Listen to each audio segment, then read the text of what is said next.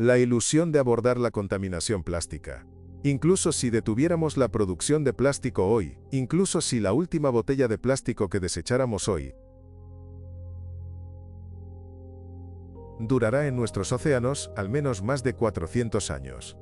Y entonces comienza el viaje de los micronanoplásticos. Y por eso tenemos un cartel en nuestra cafetería donde decimos que ya sabes, puede que no. Es posible que no veas a tus nietos o tataranietos, pero lo veré, diciendo la botella de plástico. Y creo que eso es verdad. Si observamos la escala de la contaminación plástica en los océanos, queda claro que una limpieza completa puede llevar milenios. Hoy en día, los océanos del mundo contienen alrededor de 200 millones de toneladas de desechos plásticos. Mientras tanto, cada año se extraen unas 20.000 toneladas. Esto es menos de una centésima parte del 1%, una fracción insignificante en comparación con el volumen existente. A este ritmo, limpiar completamente el océano llevaría unos 10.000 años, y eso solo si dejamos de que todo el plástico entre al océano a partir de hoy. Actualmente, los plásticos están ingresando al medio ambiente a un ritmo que excede con creces nuestra capacidad para eliminarlos del medio ambiente o mediar en los desechos. Supongamos que la humanidad logra un avance tecnológico, invierte enormes recursos y aumenta 5 veces la eficiencia de la limpieza. Incluso entonces, el proceso tardaría unos 2000 años. En realidad, no podemos hacer frente ni siquiera a la actual afluencia anual de contaminación. Y mucho menos eliminar las consecuencias de lo que se ha ido acumulando durante decenios. No solo no podemos eliminar todo el plástico que se ha acumulado en la biosfera, sino que intentar hacerlo también podría poner en peligro a los organismos vivos. Hay algunas iniciativas de organización que están tratando de recolectar desechos, acumular parches de basura muertos, lugares muertos. También están recogiendo piedras de arma de fuego. Ya sabes, los organismos están abandonando solo los 15 centímetros de la primera capa de la superficie del océano. Entonces, esos organismos que utilizan ese material artificial como coto de caza, lugar de anidación, lugar de alimentación o están poniendo huevos en esos plásticos. Entonces, cuando eliminas todos estos plásticos, también eliminas todos esos organismos. Entonces, porque la eliminación, en sí mismo también otro problema.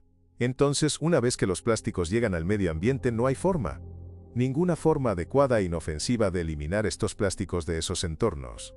Además, una parte importante de los plásticos ya se ha descompuesto en micro y nanopartículas que ahora yacen en el Mitraditri, fondo del mar. Flotan en la columna de agua, han entrado en los cuerpos de los organismos marinos y se han convertido en COOs. Parte del ciclo global de la materia. Estas partículas no pueden capturarse con redes ni recolectarse manualmente. Esto significa que una simple eliminación mecánica de los plásticos del medio ambiente, incluso en el escenario más optimista, no resolverá el problema. Ya no se trata de residuos que se pueden recoger fácilmente, sino de nanopartículas que llevan una carga electrostática. Este nanomaterial ya se ha integrado en todos los seres vivos del planeta. E incluso si lográramos eliminar todas las botellas de plástico y todos los envoltorios del océano, aún quedaría una pregunta. ¿Qué pasa después? Todavía no tenemos un método seguro para deshacernos de las montañas de residuos plásticos que recolectaríamos. Hay residuos mal gestionados en todo el planeta en vertederos informales. Algunos desechos han sido incinerados, algunos de ellos comercialmente en incineradores que pueden tener o no pantallas, y filtros adecuados para recolectar las sustancias químicas asociadas que podrían liberarse. Se quema en escenarios de quema de tierra abierta en países que no son lo suficientemente ricos como para poseer las cuño que viña. Instalaciones adecuadas de manejo de desechos para lidiar con los desechos plásticos que les exportan otras naciones y países. Luego parte de ellos, por supuesto, habría ido a los llamados sistemas reconocidos de manejo de desechos, pero que podrían incluir enterrarlos bajo tierra, en un vertedero donde, por supuesto, podría volver a presentar problemas en el futuro, o incluso incinerarlos en incineradores comerciales, pero dependiendo de la calidad del incidente, por supuesto. Hay preocupaciones sobre las emisiones de esos incineradores. Quemar plásticos, ya sea en incendios domésticos o en incineradores industriales, no resuelve el problema. Simplemente los transforma en una forma más peligrosa. Cuando se calientan o se queman, los objetos de plástico de gran tamaño se descomponen en micro y nanoplásticos que se dispersan en el aire. se depositan en las superficies y entran al agua y al suelo con la precipitación.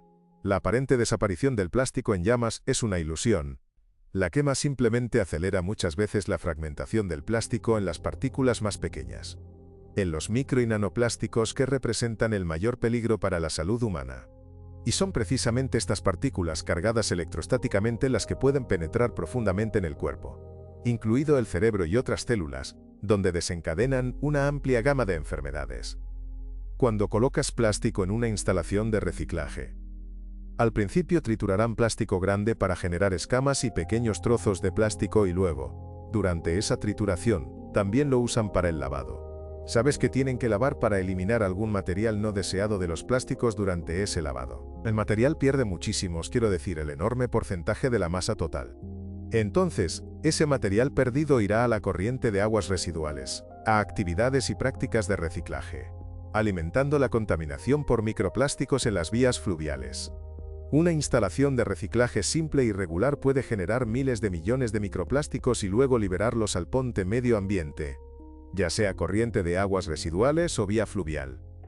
Y desafortunadamente, lo que veo con algunas de las cosas que se dice que son una solución es que no necesariamente se comen cada. Prueban adecuadamente antes de lanzarse al mercado, y entonces puede haber posibilidades de consecuencias no deseadas. Pirólisis. A primera vista parece un milagro tecnológico. Tomamos residuos de plástico, los calentamos a 800 grados centígrados sin oxígeno y obtenemos combustible. En lugar de montones de basura, obtenemos gas, líquido y un pequeño residuo de carbón. Suena prometedor, ¿no? Pero esta tecnología tiene una otra cara, una invisible y mucho más peligrosa. Durante la descomposición a alta temperatura, el plástico no desaparece simplemente. La pirólisis va acompañada de emisiones de dioxinas y furanos, algunas de las sustancias más tóxicas del planeta. Son cancerígenos, alteran el sistema endocrino y pueden acumularse en los tejidos humanos. Son peligrosos incluso en bajas concentraciones. Incluso si de 1 tonelada de plástico se pudieran obtener 600 litros de combustible líquido, el precio de dicho combustible es una amenaza para la salud y la vida humana. Al confiar en estos métodos de eliminación, solo estamos acelerando la transformación de los plásticos en una forma invisible pero mucho más peligrosa. Permítanme recordarles que la cantidad de micro y nanoplásticos presentes en el océano ya es más que suficiente para destruir toda nuestra biosfera, incluida la humanidad 3 veces. Mientras tanto, los microplásticos continúan desintegrándose, generando grandes cantidades de nanoplásticos. Recuerde el ejemplo del Dr. Kenner. Una sola partícula de microplástico puede fragmentarse en miles de millones de nanopartículas. Y con innumerables microplásticos ya presentes en todas partes, descomponiéndose constantemente en fragmentos aún más pequeños. Este proceso está provocando la destrucción de la humanidad y de todo lo que nos rodea. Hoy en día, mucha gente ha empezado a convertir esta crisis en un negocio, inventando todo tipo de métodos que supuestamente eliminan los microplásticos del cuerpo. Y la gente está dispuesta a pagar grandes sumas de dinero por estos tratamientos. Pero la verdadera pregunta es, ¿realmente funcionan?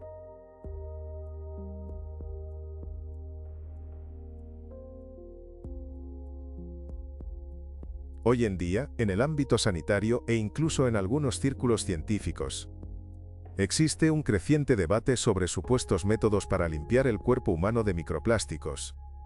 Se están promoviendo una variedad de enfoques que incluyen plasmaféresis, hemosorción, dispositivos de filtración mecánica, absorbentes dietéticos y los llamados suplementos naturales que pretenden desintoxicar el cuerpo. A primera vista, todo parece razonable.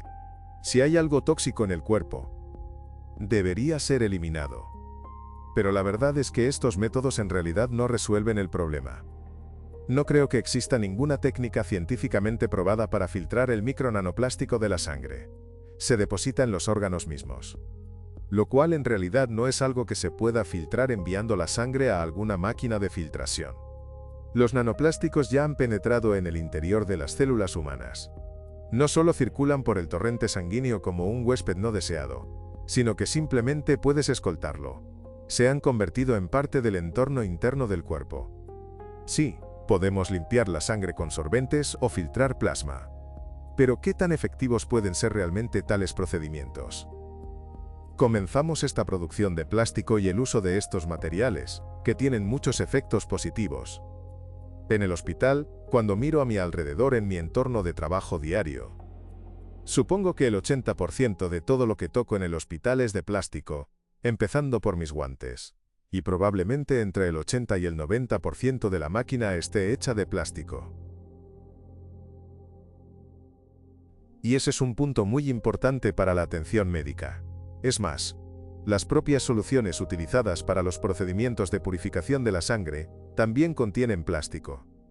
Cuando te enfermas, si vas a un hospital, probablemente irás al hospital para recibir tratamiento y luego te darán algunas soluciones. Algunas infusiones que conoces, como que pondrán algo dentro de tu ala y luego transferirán algunos líquidos del paquete elástico a tu sistema sanguíneo, por lo que esas soluciones intravenosas tienen al menos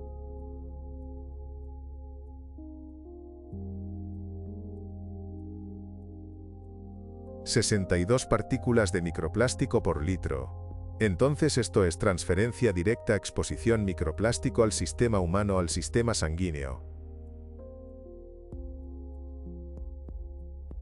Entonces terminamos con una paradoja. Estamos utilizando plásticos para intentar eliminar las consecuencias de los plásticos. De hecho, estos procedimientos pueden reducir la carga tóxica general, pero no abordan el problema central. No extraen plástico de las células, no neutralizan su carga electrostática, no restauran las vías de señalización interrumpidas y no protegen el cerebro, el sistema inmunológico o las mitocondrias. Un individuo tiene todo el derecho a probar estos métodos. Es su elección personal. Pero es importante no hacerse ilusiones. Esos procedimientos no restaurarán la salud perdida. Además, el plástico no es solo un material utilizado para embalajes y artículos para el hogar. Es la columna vertebral de la industria moderna, la atención sanitaria, el transporte, la electrónica, la construcción e incluso la tecnología espacial. Es el segundo material más común en la Tierra después del hormigón, por lo que está muy extendido. Creo que en el futuro será muy importante que conservemos los usos importantes del plástico, porque aquí los plásticos no. Titilos son el enemigo. No es un tratado sobre no producir plásticos. Es un tratado para poner fin a la contaminación plástica, no para poner fin a la producción de plásticos. Y los plásticos tienen el potencial de aportar claros beneficios sociales. Por eso el objetivo principal hoy no es detener la producción de plástico, sino encontrar formas de reducir el impacto de los micro y nanoplásticos en la salud humana y el medio ambiente. Crear falsas esperanzas es extremadamente peligroso. Surge de una mala comprensión de la realidad y de una ignorancia básica. Debemos recordar que las partículas de plástico más peligrosas son aquellas lo suficientemente pequeñas como para 2 Cosworth penetrar en nuestras células. Y una vez que los micro y nanoplásticos ingresan a nuestras células, no se pueden filtrar ni eliminar. Se vuelven parte del cuerpo y poco a poco nos destruyen desde dentro. El problema más grave es que no tenemos control sobre la cantidad de este material que entra en nosotros. Los nanoplásticos pueden incluso penetrar la piel. Por ejemplo, cuando nadamos en el mar o nos tumbamos al sol.